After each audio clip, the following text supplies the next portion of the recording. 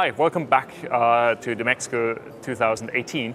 I'm here with Adrian from Hootsuite today, and we're going to talk about social media. So Adrian, the big question, social media clearly massively important, also a little bit of like controversy, new platforms emerging, all that stuff, like a lot of stuff is going on. What has changed in your perspective over the last couple of years? What's the thing that keeps you up at night? The thing that I would sort of point to and say is the biggest shift is what some people see as a problem, other people can see as an opportunity, which is as the platforms have been maturing, they've been adjusting their algorithms. So the old kind of free lunch of getting organic social reach has really dropped off. So we're now at a place where organic social reach is in low single digits.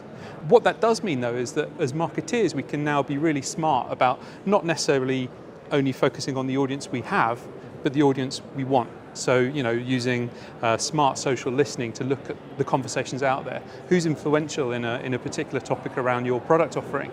Also defining your audience segments using those insights. We talked a lot about right person, right time, right message, and now we get to the part where right message actually becomes the thing that we need to do. Absolutely. And you're in delivering these right messages. But that's not that requires an organizational shift as well, from the content production to a lot of other things going on in a company. Can you talk a little bit more about that? What we see at the level up from that as well is how these tools and these strategies have enabled other parts of organizations to really get business value out of social. Salespeople using social media to build their profiles as people giving value to their customers through their insights, rather than just being picking up the phone and trying to sell them stuff. How would you start building that strategy, right? Because you need content production, you need all kinds of things, right? How would you set that up?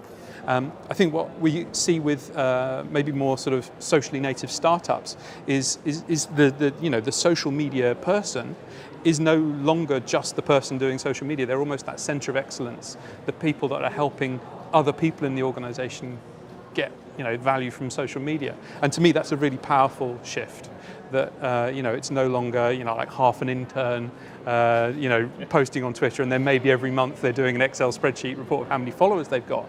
The social media function is taken a lot more seriously. It's a lot more core to a lot more areas of the business. So you as a customer on the other side of that, if you like, have much more opportunities to see kind of almost behind the curtains of an organization that you might want to deal with.